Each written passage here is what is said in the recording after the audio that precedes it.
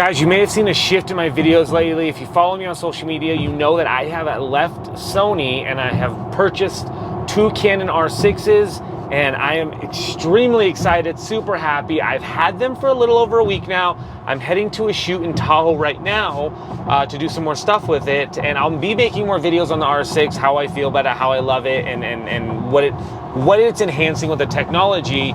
But the number one question I keep getting is, Jeramie, why did you actually leave Sony? What did Sony do to make you switch over to the Canon R6? Granted, guys, these cameras are very similar. All cameras are very similar. But I did decide to abruptly leave them. Although it may seem abruptly to you, it was a long thought process on my end. But there is something that made me leave it, and I will talk to you guys about it right now.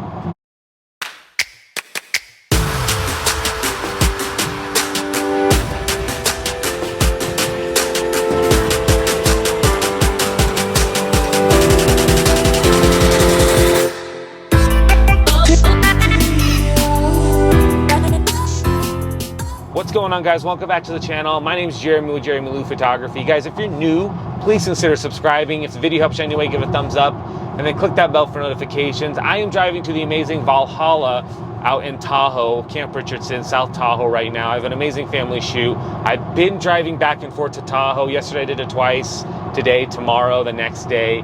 And it's kind of what happens in the fall season with me and my clientele, is that I just go back and forth and I'm driving all the time. So we're in the Tesla, we're driving, and it's a great day. And I'm very excited and quite relieved that I get to make this video about the R6. So I have been having this issue with Sony since the beginning. And even though it was something that I was gonna work through and push and fight, Sony just is a company that really doesn't give a crap about its people. And so after emailing and calling and customer service and blaming this and blaming that, the opportunity arose where the Canon R6s came out, and I do still heavily follow a lot of the gear that comes out. I decided to bail. So if you guys don't know, Sony has a shutter issue. On the mirrorless cameras, there is a shutter that looks like blades, and the blades will click down every time you take a picture. Well, if you had a Sony long enough, hopefully if it's in the $100,000, $200,000 shutter range, you will know that eventually these will break. And I say eventually, and I don't say maybe, I don't say they might. Eventually they will break. And in my career of a year and a half with Sony, I've had to replace the camera via Sony 4 times. And it was the 4th time that it happened that killed it for me. So basically what's happening is I'm shooting, and then I take a picture. I notice there's some banding in the photo. It'll look like something stuck in there, or a little half shade, half bright in the photo, if you will.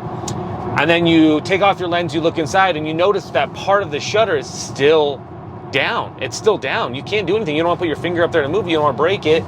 And then you have to call Sony, and Sony will fix it if you're not in a warranty for $200. And okay, cool, it happens. I still have a backup. Well, as recently as a month ago, April 9th, I was shooting a wedding. It is not April 9th, September 9th, and right now is October 5th. So September 9th, I was shooting a wedding, and guess what? It's the first shot of the day. Boom, boom, took my camera out to shoot a dress. It failed. Okay, great. Tried to fix it, tried to figure it out, wouldn't work.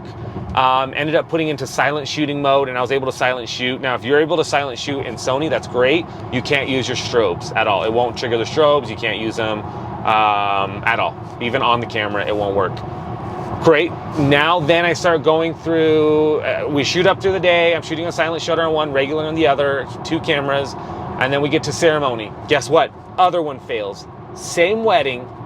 2 cameras fail me, which is a nightmare, which is something that is unfathomable in our world. We have a backup camera for this reason. I don't need a 3rd camera. I don't need a 3rd camera in case the 2 break.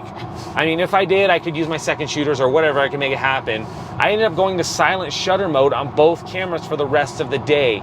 Call Sony the next day, and they're like, what did you do? Did you drop it? I promise you.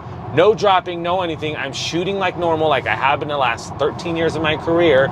Both break at one time. They start blaming me. They start blaming my usage.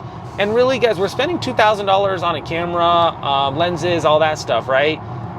there shouldn't be much that would happen from it, from just normal wear and tear. I get it. But I do have to say, one of these shutters was about 40,000 shutters in, and the other one was maybe about 100,000 shutters in, right? It was like 6 to 8 months or something like that. It shouldn't have happened.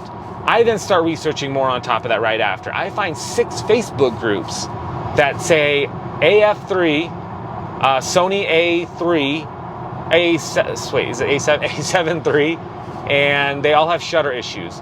Hundreds of people are on here with shutter issues on. Sony knows about it. This is what Sony's saying. Sony's fixing this. Sony's not fixing this.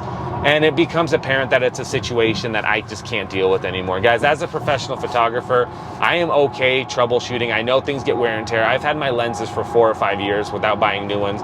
And in fact, I do like buying gear, but I like buying up-to-date gear that works. And well, Sony is just not there right now. They don't give a crap about their cameras. I don't know what they're doing inside of them, but it's happening so often that people are creating Facebook groups for them. I decided it was then that I got to bail. So I then immediately bought my R6s.